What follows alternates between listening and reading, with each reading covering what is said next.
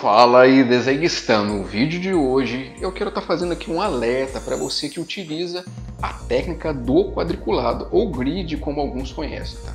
Essa técnica é muito utilizada não só para quem faz retrato, como também para quem faz grafite. Mas assiste esse vídeo até o final para você entender onde que eu quero chegar. Mas antes aqui, deixa eu me apresentar caso você não me conheça. O meu nome é Matheus Machado, eu sou especialista em desenho há praticamente mais de 10 anos.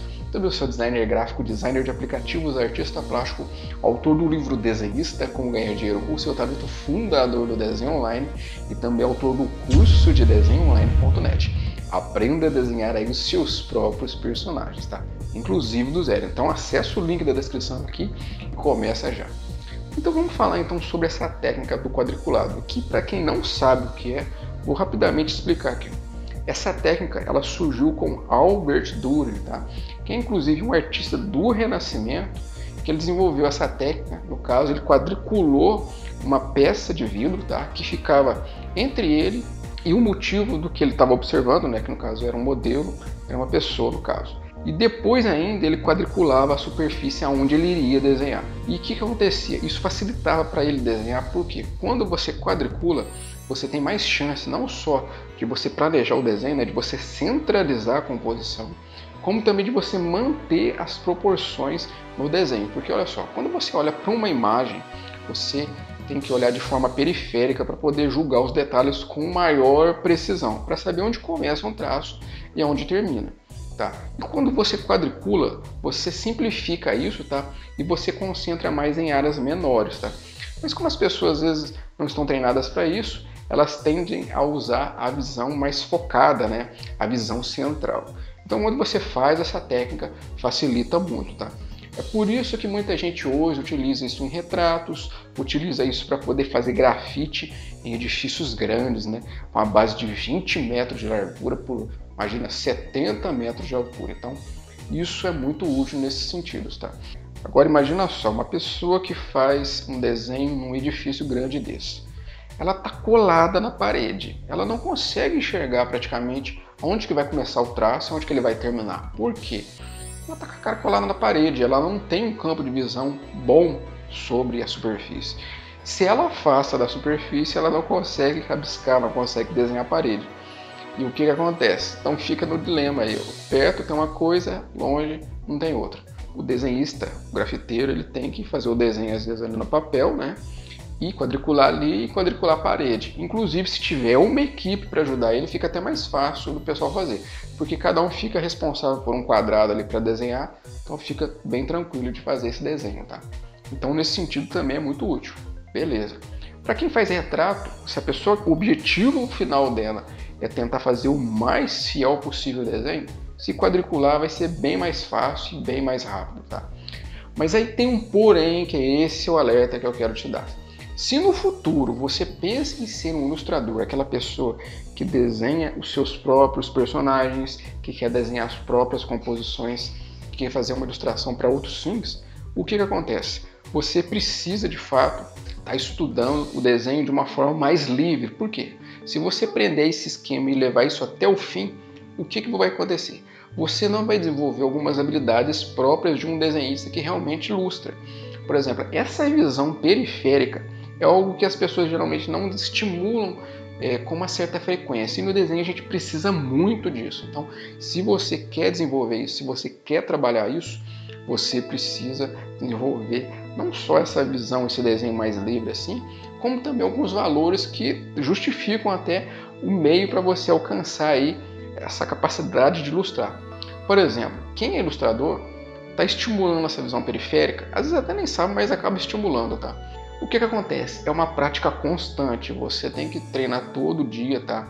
Não vai te dar os mesmos resultados tão rápido igual uma técnica do quadriculado, mas esse é o meio que vai justificar a tua capacidade de ilustrar no futuro, tá?